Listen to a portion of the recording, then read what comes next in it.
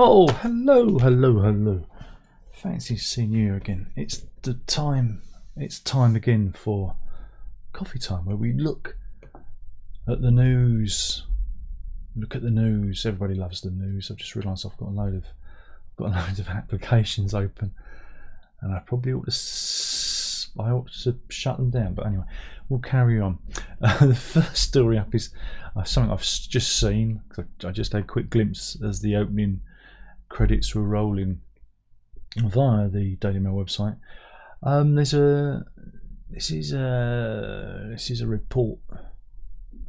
This is a review about the BBC. Everybody loves the BBC.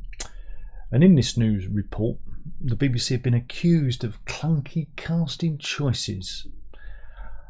Again, this report highlights that ethnic minority actors who appear in period dramas and historical episodes such as Doctor Who. One of these, because it's about Doctor Who, and we do the odd Doctor Who review on this, because Doctor Who was mentioned. I thought we'd do this, they bring up the case of Nathaniel Curtis's appearance in the 60th anniversary episode of Doctor Who, where he turned up as Isaac Newton, and you go, yeah, all right, all right. Yeah, it happens. And again, in Great Expectations, they do a lot of, I guess they call it colour-blind casting these days. Now, again, there's nothing wrong with that if you modernise the story. Nothing wrong with that. But you're given a false representation of ages past. Now, if you want to do an all-black version of Great Expectations, do it. And set it in the time period. Even set it maybe, I don't know, in the Caribbean or somewhere like that, or Africa. That would be really interesting. But we don't. What we get is we have a lot of this, what they call token casting. And again, an adaptation of an Agatha Christie novel recently saw David Johnson appear. He was in Alien Romulus, I believe. And again, very unlikely to have happened at the time. So you have to do this cognitive dissonance in your brain and go, yeah. And of course, young people who have no understanding of history will probably look at other adaptations of Agatha Christie or Great Expectations and say, cool, wasn't it racist? There were no black people in it. So again, we live in strange times. We can't represent the past accurately if we do colourblind casting, unless, like I say, you do adaptations. You always see it with Shakespeare and other plays where they've done all black casts. No problem with that.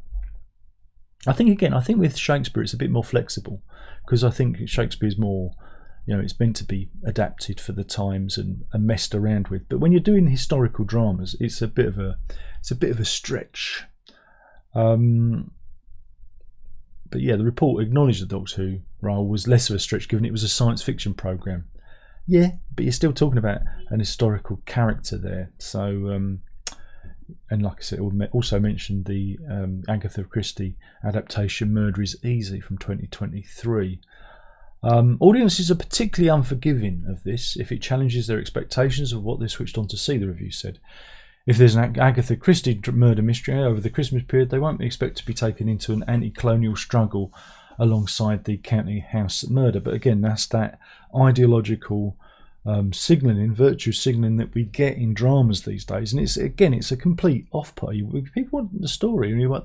When it comes to things like Agatha Christie or any other author from the past, they're looking for an authentic representation of the novel, and we don't get that anymore. It added, all adaptations changed the original text to a greater or lesser degree, and we're after all a world of fiction. But the review questioned whether caste and ethnic minorities in certain settings serve to ignore the historical plight of certain groups in a way which not be the case for white actors. quote, in depicting anachronistic historical world in which people of colour are able to rise to the top of society as scientists, artists in the past. You see, it has a kind of a backhanded effect. So will it change anything? I don't know. But yeah, in a contemporary example was the drama Shetland. Again, I don't watch any of this stuff, and in that programme, I guess was based in the Shetland.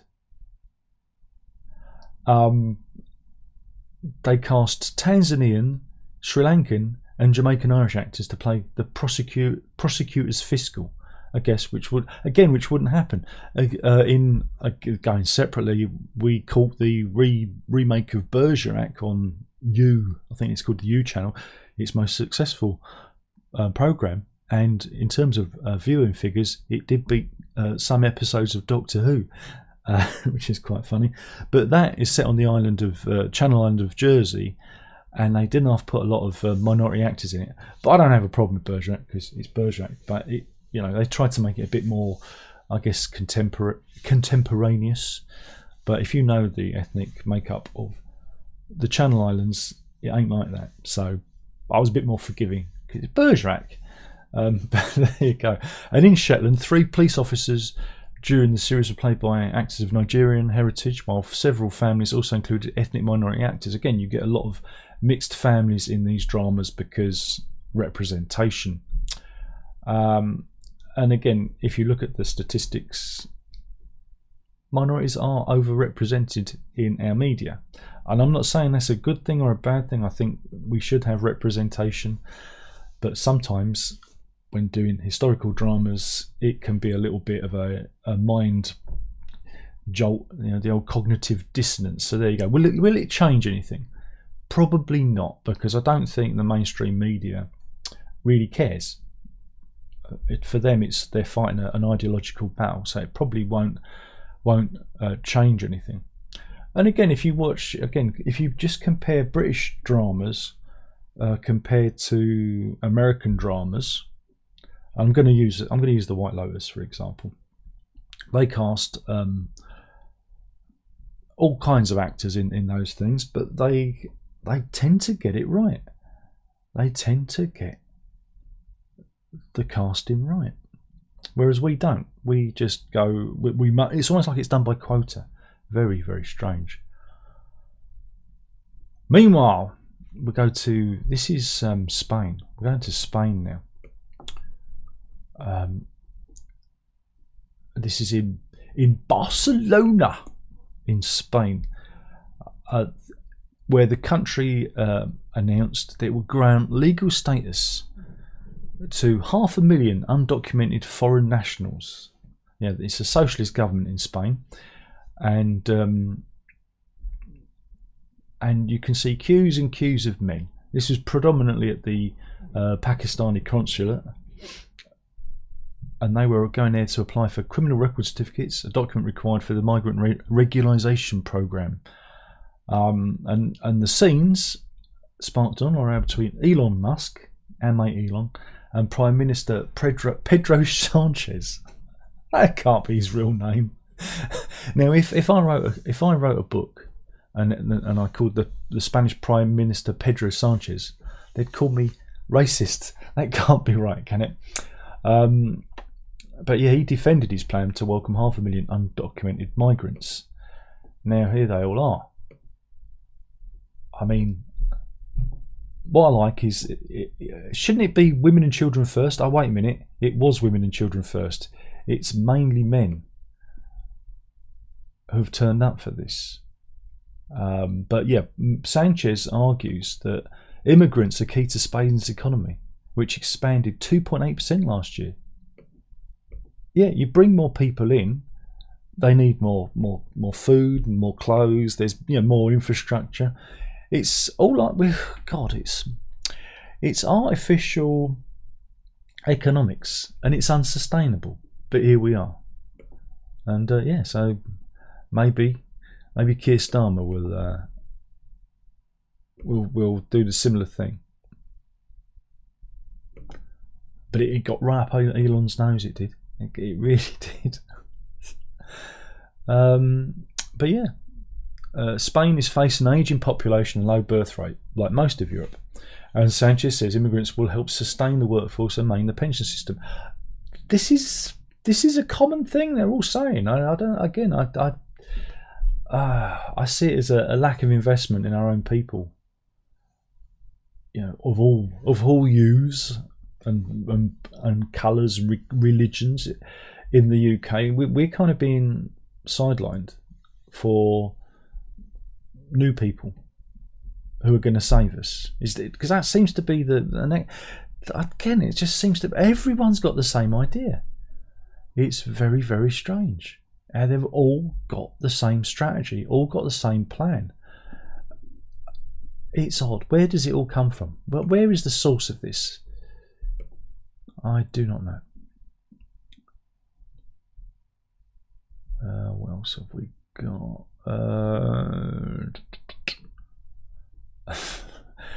It's a bit of a ripe one on the Daily Mail website today, but I'm going to do that one in a minute because there seems to be a lot of there's a theme here. I'm not feeling comfortable with the Daily Mail today, but this is Oxford has adopted a new entrance exam, and you can take the quiz to see whether you make the cut.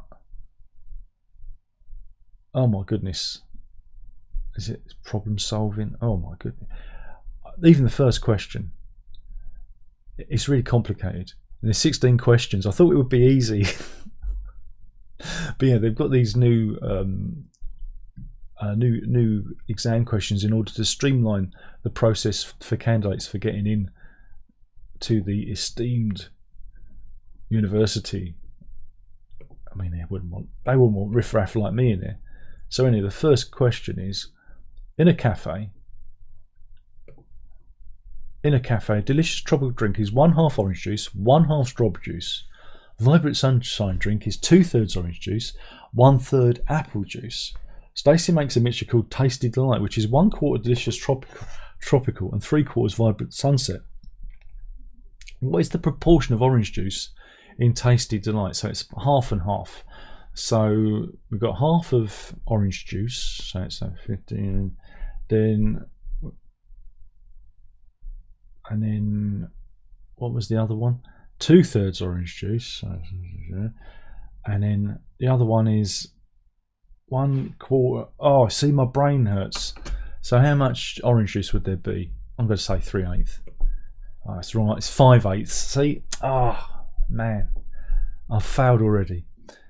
These are a lot of maths questions. I want to buy a brochure which costs 49p. Okay.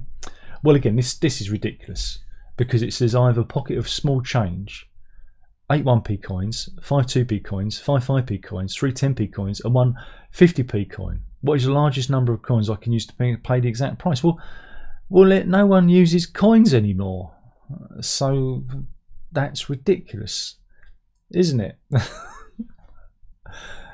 These questions aren't even in the real. They'd swipe the card. So again, no one is getting into university. Too many maths questions. I don't like maths questions. I like more logic problems. What else is there that we can do? There's a lot of Mail Plus stuff. I wish they'd stop all this. I really don't want to. Oh, here we go. A good old-fashioned virus warning. Why not? Experts have warned that millions of people travelling to and from Asia for Chinese New Year could potentially trigger a spike in Nipah virus cases. Nipah is Nipah. So far, India has confirmed 2 cases of Nipah, a rare disease that can be caught from contact with an infected person or by consuming food or drink contaminated with feces, urine or saliva of infected fruit bats. I mean, how unfortunate do you have to be to eat or drink something that's been contaminated by fruit bat poop? That's unfortunate, isn't it? Just flying over. But yeah, so watch out for the Nipah virus. That's it. That's the story, really. There's not much else to say. It's just be careful. Be careful out there. I've got too many windows open. Oh, there we go. So be careful of the Nipah virus. It'll be fine, won't it? Meanwhile, have you got an electric car? You've got an electric car. More importantly, have you got a Volvo electric car? Because the company has warned owners of certain versions of its EX30 electric SUV not to charge them above 70%. And I think that's what it looks like there. So very nice. It's a £33,000 motor. Blimey. Drivers who have the single motor extended range and twin motor performance one produced between 2024 and 2026 have been told not to charge the battery over that threshold, as it could overheat and lead into, well, a fire, possibly an explosion too. They have a 69 kilowatt power pack comprising of nickel, manganese, cobalt modules, and the battery cells overheat and cause a fire that spreads to the rest of the battery pack and could potentially cause the rest of the car to ignite and is difficult to put out. So there you go. The problem they reckon only affects 0.02% of the cars, but you know, but it's 7 out of the 34,777 EX30s that have been built over that time frame. So be careful out there when it comes to charging your car. I mean, they're all going to explode. But that is the problem. That is the problem with electric cars, is you're basically sitting on a giant bomb. Now you'll be fine. It'll be fine. Meanwhile, we've got more language. We did some language stuff the other day. It's words and phrases that Gen Z no longer understand, and this is phrases from The Office. So it's like think outside the box and that kind of thing. So from touch base to running up the flagpole, many offices are riddled with wordplay words and phrases. But if you're confused by all this, you're probably Gen Z. But they're confused by everything, aren't they? This is a new analysis by Preply, which has revealed classic office words and phrases that the younger generation no longer understands. What do they understand? And let's see, is there a list here? It's in no particular order, but we'll start at the bottom and work our way up. Blue sky thinking becomes thinking outside the box. Well, thinking outside the box is an old one. I'm sure they've got a new expression for that. Boil the ocean, I've never heard of that one, becomes aim too high. Low hanging fruit becomes quick win. I guess shooting fish in a barrel is the same there. Take this offline becomes come back to this later. Bandwidth becomes who says bandwidth in the office? Becomes availability. Touch base becomes check in. Synergy becomes teamwork, and circle back becomes come back. Yeah, okay. This is interchangeable stuff. This is just interchangeable words that we can have. Anna Pishner, spokesman for Preply, says these words might sound impressive, but they're not always clear. And Gen Z pretends to prefer language that says exactly what it means. And if you have to Google a word or phrase, it probably means that you're not being understood. Synergy is the far most searched buzzword. This was closely followed by paradigm. There's been a paradigm shift. There's been a quantum leap. In joint third place are bandwidth and best practice. But yeah, those other two, they got 27,000 searches every month.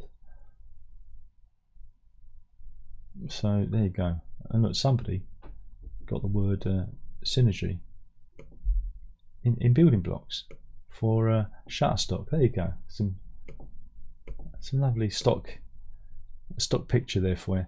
So there you go. Remember to speak clearly when you're working with your Gen Z colleagues. Though if you're watching this, you probably haven't got a job, and you're probably unlikely to ever work with the Gen Z people because you're too old and nobody wants you. I'm looking at you, Darren. Oh wait a minute, I really am looking at me because there's the viewfinder looking back at me. Oh, there you go. Oh, I'm sure it'll be fine. this is an affiliate link. It says music fans can stream Harry Styles free for a month with Amazon Music Unlimited. No thanks. No thanks. Who said that's an incentive? Meanwhile, are you taking fat jabs? Everyone's taking Mounjaro. Mounjaro sounds like it should be the name of a car, doesn't it? The Ford Mounjaro. Health chiefs have warned that GLP-1 medication increases the risk of developing severe inflammation of the pancreas, which can be fatal. The Medicines and Healthcare Products Regulatory Agency, the MHRA, has updated the product information for Wegovy, Ozempic and Mounjaro to include that there is a small risk of severe acute pancreatitis, a painful condition that occurs over a short period of time when the pancreas becomes inflamed. But yeah, typical symptoms include extreme pain in the stomach and back, which doesn't go, and it can also cause fever and vomiting. But yeah, there you go. So, but yeah, it also mentions the case of Susan McGowan from Lanarkshire, and she died of multiple organ failure, septic shock, and pancreatitis in September 2024 after taking 2 low-dose injections of tirzepatide. I don't know that one. And there she is there. Unfortunately, you know, there's always a risk to these things. Always a risk. And yeah,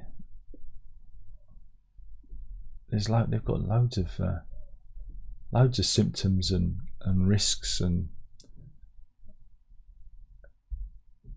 even liver cancer. That's not good. Oh, I don't know, just lose weight if you can. Just do it the old fashioned way. Good news, everybody. The government is set to ban Iran's Revolutionary Guard. Yeah, Iran's Revolutionary Guard is going to be, I think, prescribed as a terrorist group. Okay, fair enough.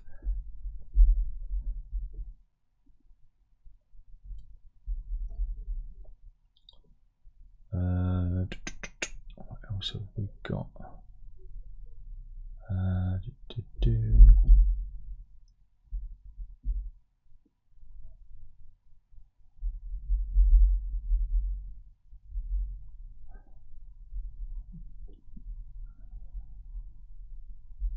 What else is there? Just trying to find some good ones.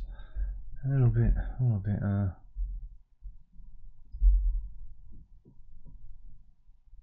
Oh, we have a neighbours at war dispute.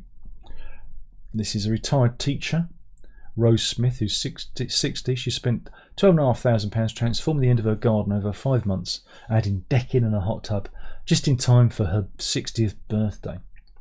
But she claims her neighbour has stolen 1.1 metres of the garden, ripped up her decking around her hot tub, and here she is, looking quite grumpy. Her arms are folded. That's peak grumpiness, that is. So yeah, the neighbours of oh dear, why'd you keep doing that, Daily Mail website? The neighbours have stolen. I don't know if you can see that there. There's a bit of, they've grabbed that much of her land. Yeah, Nadeep Singh, who's the neighbour, claims that his boundary is like that, but of course that's completely cockeyed if you follow the boundary line. But the land registry disagrees with him and says the land is Mrs. Smith's. So that sounds like Mr. Is it Mr. Singh? Sandeep Singh, could be a Mr. But here's Miss Smith in a hot tub enjoying it all. He saw her having a good time. Thought, I'm gonna spoil it. But yeah, Mr. Singh even used a JCB to dig up part of the garden, which he claims is his. Oh, this is going to rumble on, isn't it?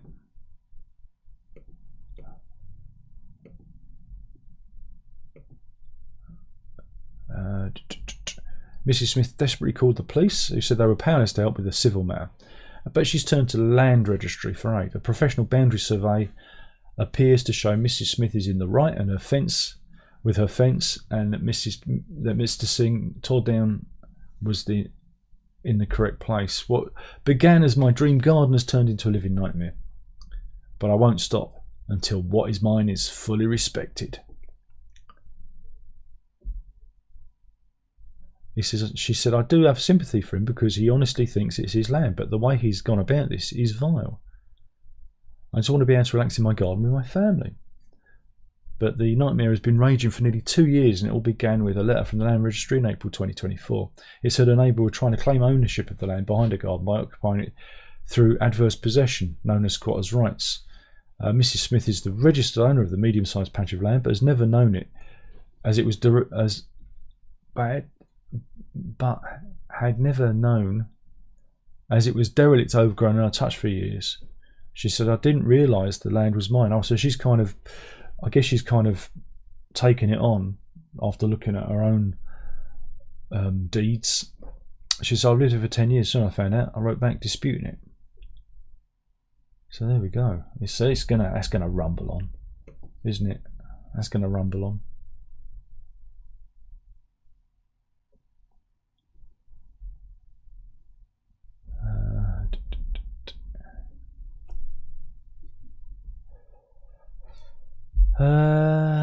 God, where's all of? Oh dear.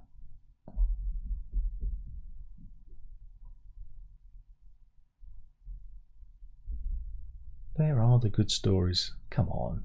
Where are all the bottles inserted into orifices? There aren't any.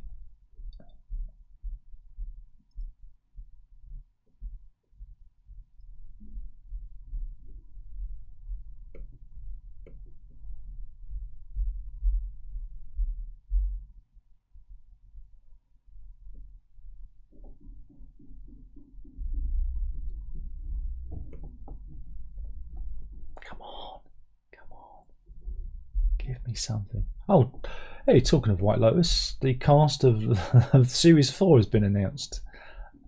There we go.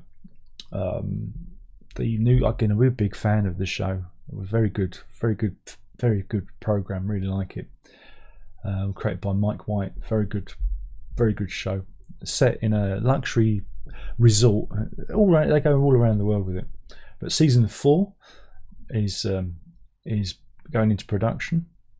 And it was announced yesterday that Helena Bonham Carter, Chris Messina and Marissa Long will be joining the cast.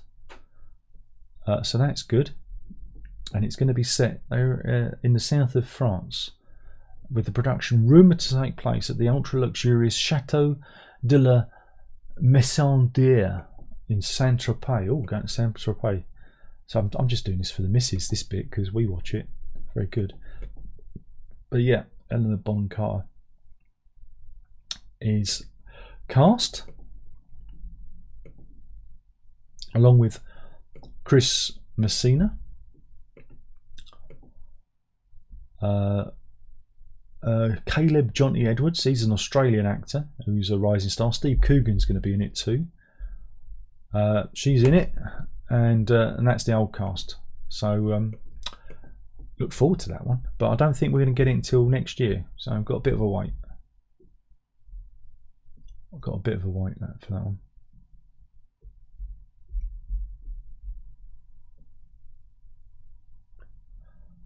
I'll tell you, these criminals are getting older these days.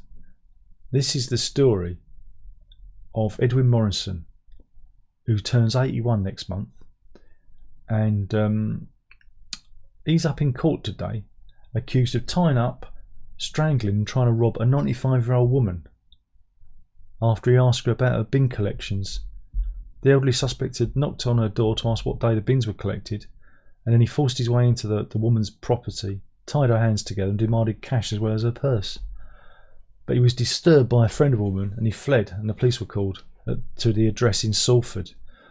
Morrison of Worsley, who turns 81 in February, was arrested the following day and is now charged with a number of violent offences, and he will appear in the dock at Salford and Manchester Magistrates Court.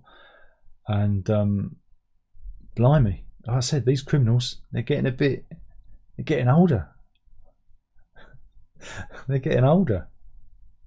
Meanwhile, a father has been jailed, Michael Merrill, and was sent down for 12 months after a decade-long battle with his local council over 2 wooden-clad properties that he erected on his land in Cheshire without planning permission. He built one house for his immediate family and another for his in-laws, plus a viewing platform on a site called 6 Acres in Wearswall. Following a string of complaints, Cheshire East Council slapped him with an enforcement notice in 2014. And yeah, these places were built without permission, and here you go. But it's very unusual for somebody to end up in jail over a planning dispute. But yeah, sent down for 12 months for it. But yeah, he's been refusing to comply for, well, a decade, and he was jailed for 12 months for contempt of court last May. And the judge also awarded costs to the council of £16,917 with an additional £21,000 worth of costs for previous hearings. Blimey, what a nightmare. What a nightmare. Meanwhile, Tiffany Score and Stephen Mills were over the moon when they found out that they were expecting a child, right? And they'd hired an IVF Life to help them conceive about 5 years ago using in vitro fertilization. I guess IVF Life is a company, and IVF involves them taking eggs from the woman and the man's sperm and mixing them out outside the body and then implanting the embryos back into the woman. You know, it's a common thing now. And the embryos are normally frozen until they're ready to be implanted. And they welcomed a little girl into their family 9 months later after the implant, but was soon suspected that IVF Life, which operates as the fertility centre of Orlando in Longwood, may have dropped the ball somewhat. Shall we have a look? Yeah, they don't think the baby is biologically theirs. Oh, it's a shame, isn't it? But yeah, here's the fertility centre involved. Funny enough, Dr. Milton McNichol leads the clinic. Let's have a look at Milton McNichol. Okay, let's have a look at the baby. I don't know about you, but we hear these stories.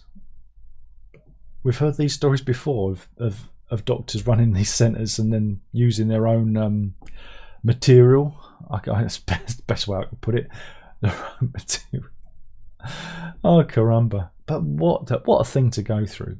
Because you're investigating, if you've had children, we have.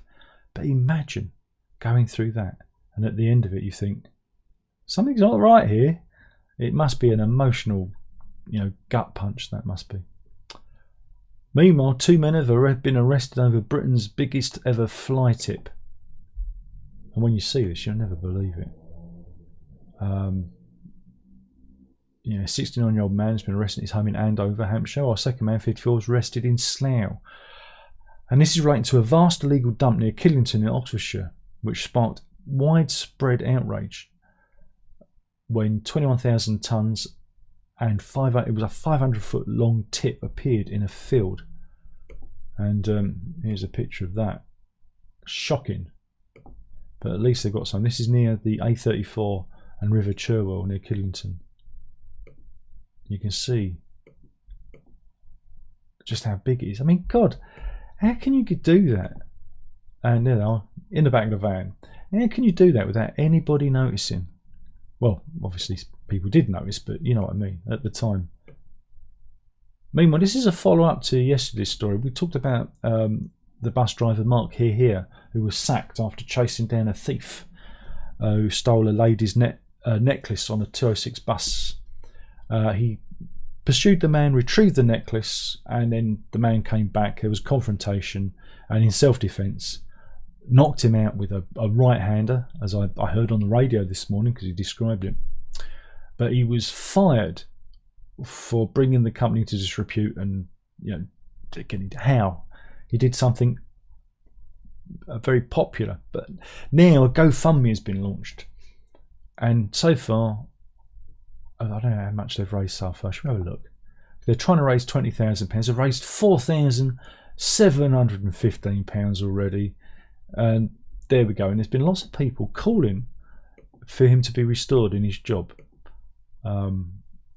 It was Shadow Justice Minister Dr. Kieran Mullen also started a petition to get him his job back, with the public describing the bus firm as cowards. Dr. Mullen has urged the public to support the petition, saying he wants to shame the bus firm Metroline into doing the right thing. And here we go. This is the change.org petition, and he's got nearly 5,000 signatures already. So go along there and add to that. Mullen added, "This is not justice. Marty here stepped in to protect a passenger and recover a stolen property, and for doing the right thing and putting himself in harm's way, he lost his job. That's plainly wrong indeed." Of course, Metroline haven't commented on the issue. But now Mr. Hare here works as a barman in Wembley, so he's not doing that job anymore. But yeah, it seems quite crazy that you can do that. But I've got an animal story. Yes, I've got an animal story. We could probably do that now. What do you reckon? We probably could. Oh blimey, I've done enough. I've done enough. I'm just seeing if there are any funnies, but there aren't.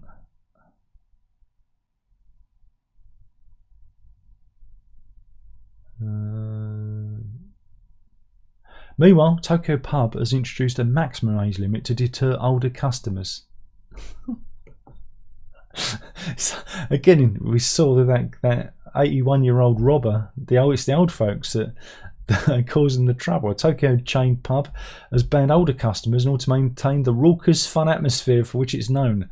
Tori Yaro Doganzaka is an izakaya, or an affordable Japanese pub situated in Japan's capital city. This year, the establishment propped up a sign outside the entrance informing customers of the real rules. The sign says, "Entrance limited to customers between the ages of 29 and 39. This is an izakaya for younger generation, pub for under 40s only." So, there you go. Blimey. It's not right, is it? That can't be allowed, can it? That can't be right. Surely not. Meanwhile, Keir Starmer, he's been in China. We've done really well. We can travel to China without a visa. They've dropped the tariffs on whiskey, so we can sell loads of whiskey to the Chinese, because they love a dram, they do. And here is Keir Starmer shaking hands with Xi Jinping. I keep calling Winnie the Pooh for some reason. But during the meeting, the Chinese president took aim at Donald Trump. Yeah. He said the current situation was volatile, risked descending to law of the jungle unless major powers abided by international law. So there we go. He pointed at Trump, saying, you're destabilising the world. But he also added that we need more dialogue between the UK and China for the sake of world peace and stability. So there we go. Maybe we should cozy up to the Chinese. I do like a spring roll. I do. I don't mind us being taken over by the Chinese. That'd be fine. I'd enjoy that. I quite like the food. Probably not very good for me now. All those noodles. Meanwhile, the Bao Tapestry is at risk of being damaged by UK potholes. Of course, because they're bringing the 11th century 70-metre embroidery to the UK, to the British Museum in London. Of course, all those potholes could damage it. Shall I just wrap it? Why don't they just wrap it up like a carpet and just fling it in the back of the van? Surely they just do that. Meanwhile, we have, for those of you who like the Beatles, we have a look at the the first look at the actors playing the Beatles. These are from a series of postcards that have been released in Japan. And here's Paul Mescal as Paul McCartney. There's Barry Keogh as Ringo. Look, anyone with a big nose could play Ringo. I don't know. It doesn't. I don't know. And who else? Oh, there's the other ones. And again, you can't really see. You can't see him too good. And as for Joseph Quinn from Stranger Things, he's supposed to be George Harrison, but I don't know. It looks a bit bummed, doesn't it? Really. I'm still not sure about them doing 4 films. Oh, here we go. Here's the Joseph Quinn.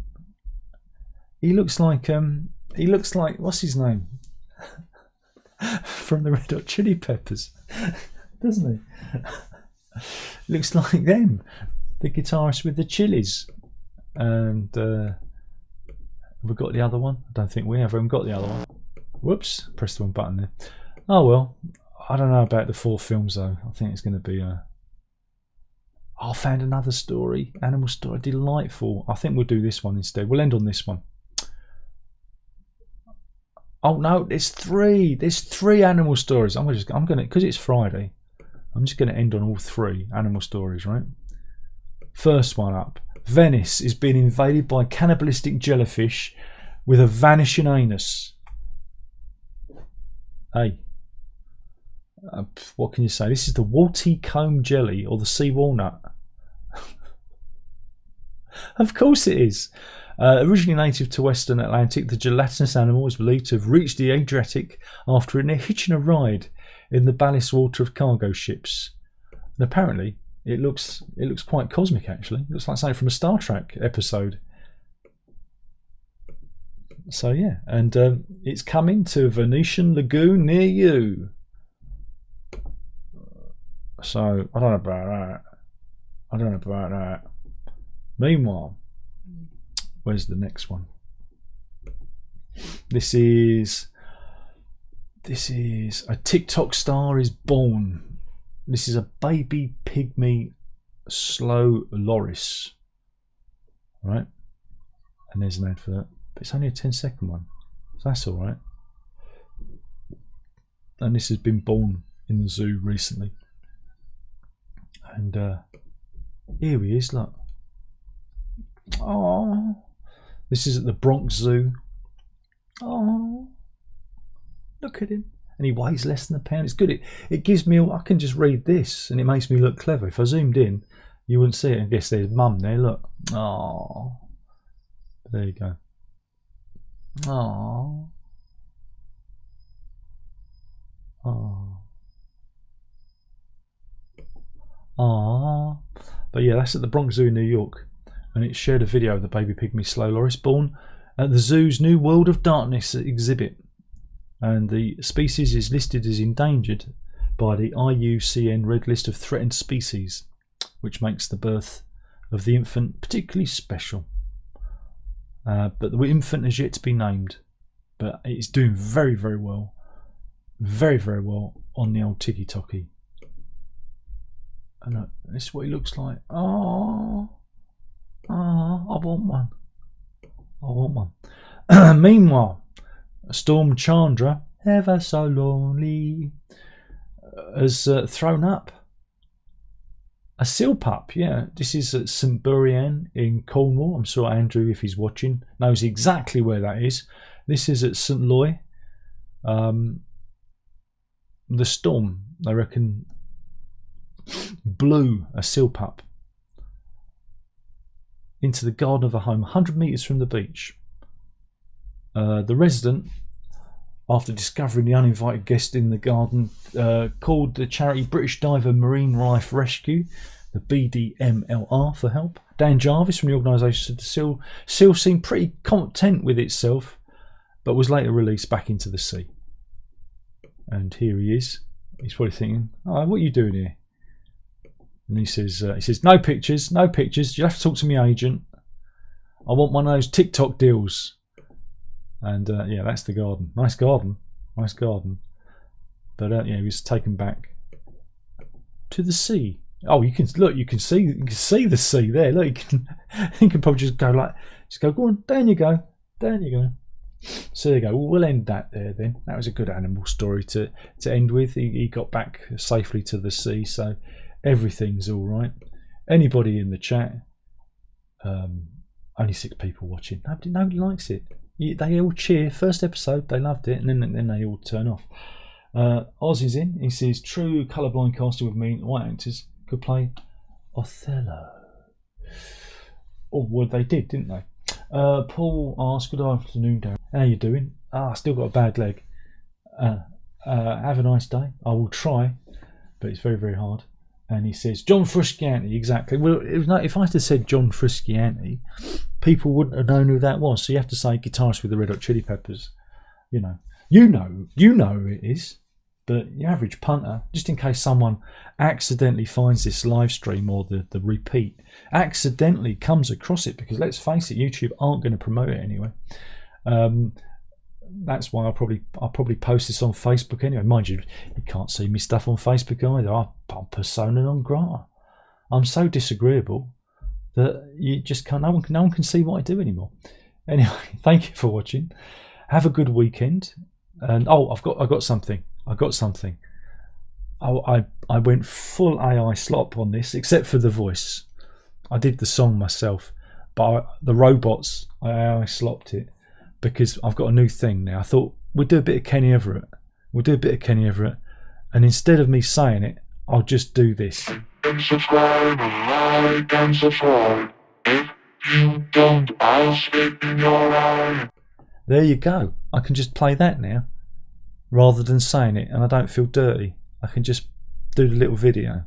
Where'd you hear it with the marching robots? Yeah, and the AI slop. AI slop for the win. Thank you for watching. That was Coffee Time, where we did some news. Don't know if it was good news. That's up to you. Hopefully you enjoyed it. If you didn't, there'll be another one along in a minute. Hopefully it's not another one of mine, because it's not going to get any better. And that's that. Have a good weekend. Keep safe, keep well, and yeah, have a good time all the time. Ta-ta.